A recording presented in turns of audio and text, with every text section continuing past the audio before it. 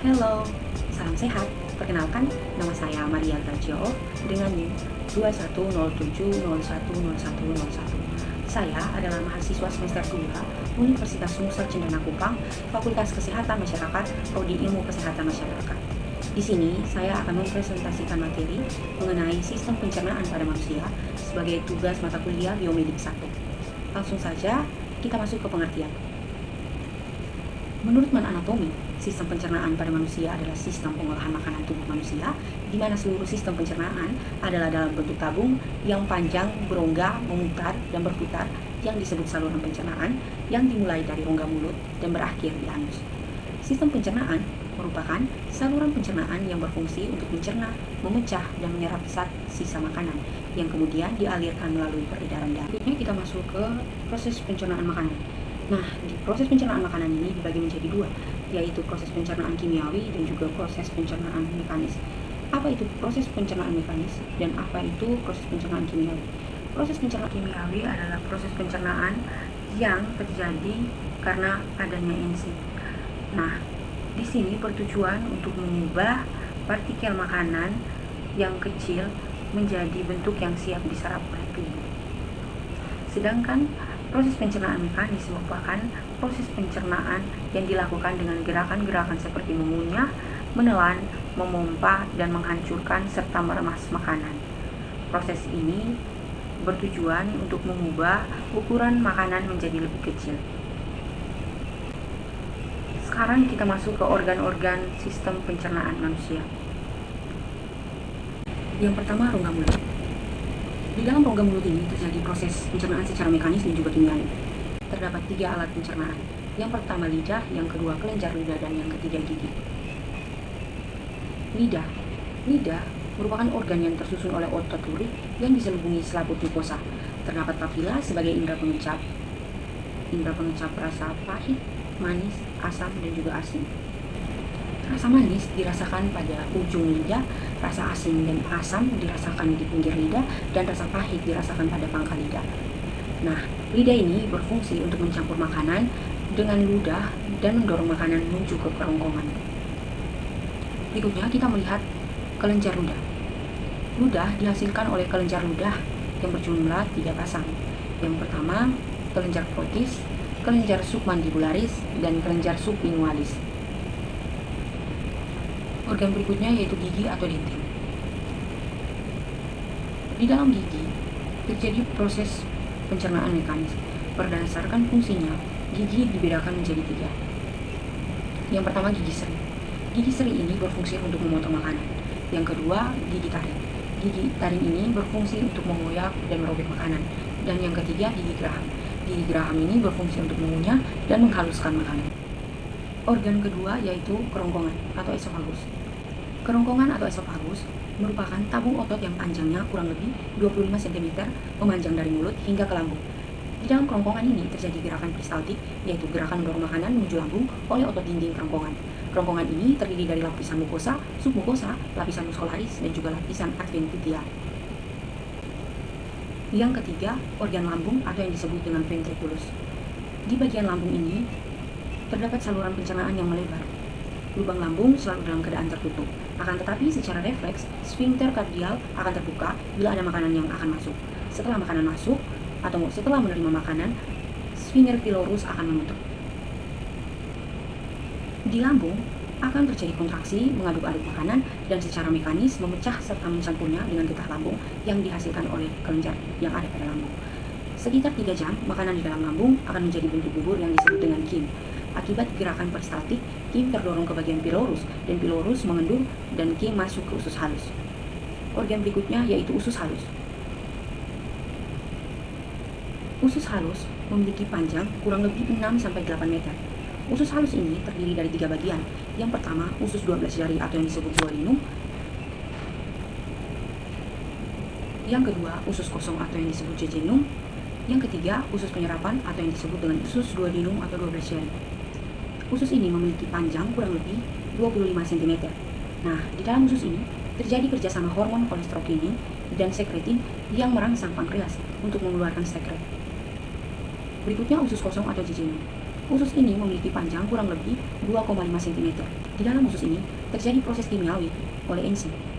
Enzim-enzim seperti enterokinase, enzim eripsin, laktase, maltase, sukrase, dan juga lipase. Usus penyerapan atau ileum. Usus penyerapan ileum ini memiliki vili dan juga mikrofili yang berfungsi memperluas permukaan usus sehingga mempermudah proses penyerapan. Usus besar. Di dalam usus besar ini tidak terjadinya proses mekanis maupun proses kimiawi. Di dalam usus besar ini terjadi penyerapan air dan juga pembentukan feses yang dapat disimpan selama kurang lebih 24 jam.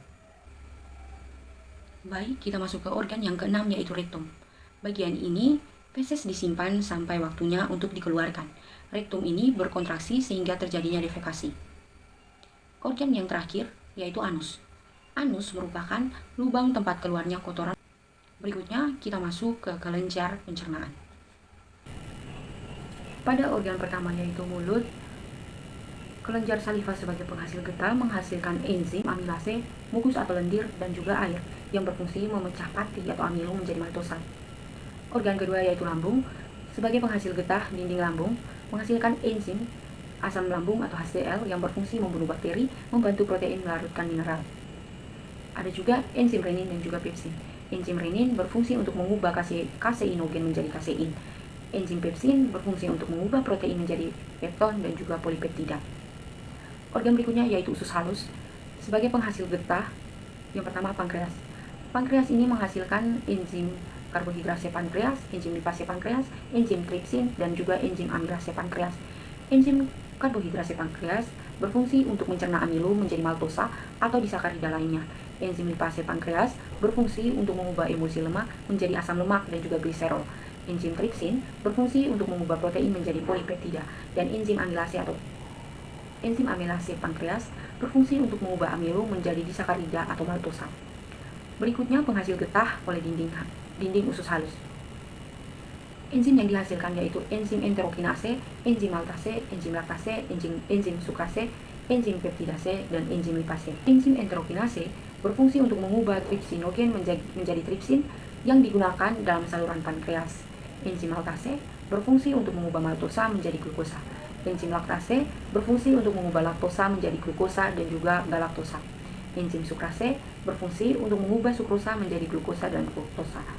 Enzim peptidase berfungsi untuk mengubah lemak menjadi asam lemak dan juga gliserol. Penghasil getah berikutnya yaitu hati, menghasilkan enzim atau getah empedu yang berfungsi untuk mengemulsikan lemak. Berikutnya kita akan membahas gangguan yang terjadi pada sistem pencernaan. Pertama, gastritis atau MAG. MAG ini disebabkan oleh radang akut pada dinding lambung dikarenakan kelebihan HCl, tukak lambung, infeksi bakteri, Helicobacter pylori, efek dari mengonsumsi obat antiinflamasi non-steroid, dan juga stres. Gangguan yang kedua yaitu colitis. Colitis ini dipicu oleh respons sistem kekebalan tubuh yang secara keliru menyerang sel-sel sehat di saluran pencernaan. Kondisi ini menyebabkan peradangan dan luka di dinding dalam usus besar. Gangguan ketiga yaitu appendicitis. Adalah peradangan pada appendix feminiformis atau umbai cacing atau usus buntu. Radang usus buntu ini terbagi menjadi dua tipe, yaitu radang usus buntu akut dan radang usus buntu kronis. Penyakit berikutnya yaitu diare. Diare adalah penyakit yang membuat penderitanya menjadi sering buang air besar dengan kondisi tinja yang encer atau berair. Serostomia adalah suatu kondisi ketika kelenjar ludah tidak berfungsi secara optimal. Biasanya kelenjar ludah tidak berfungsi akibat beberapa faktor, seperti kesalahan pada pusat ludah dan juga gangguan saraf perangsang ludah.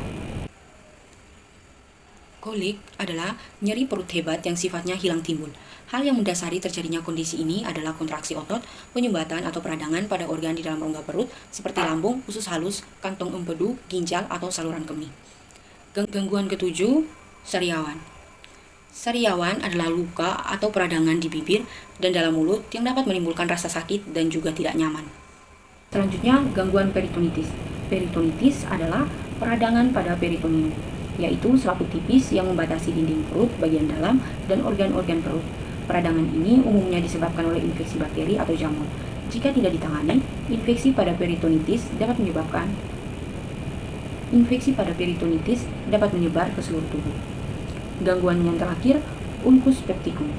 Ulcus pepticum juga dikenal dengan tukak lambung. Ini adalah luka atau peradangan yang disebabkan oleh terkikisnya lapisan dinding lambung. Ulcus pepticum ditandai dengan munculnya rasa nyeri pada lambung atau bahkan pendarahan pada kasus yang lebih parah. Berikutnya kita masuk ke tindakan pencegahan. Yang pertama, mengonsumsi makanan berserat. Yang kedua, mengunyah makanan dengan baik dan benar. 3, rutin olahraga. Yang keempat, hindari stres. Yang kelima, mengonsumsi lemak sehat. 6, minum cukup air. 7, makan dengan sadar. Dan yang kedelapan, meninggalkan kebiasaan buruk seperti merokok, mengonsumsi alkohol terlalu banyak, dan juga makan larut malam.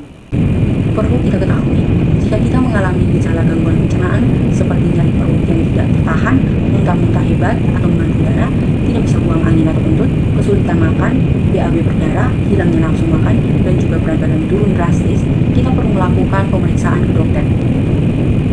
Sekian video presentasi dari saya. Semoga bisa bermanfaat. Mohon maaf dan juga terima kasih.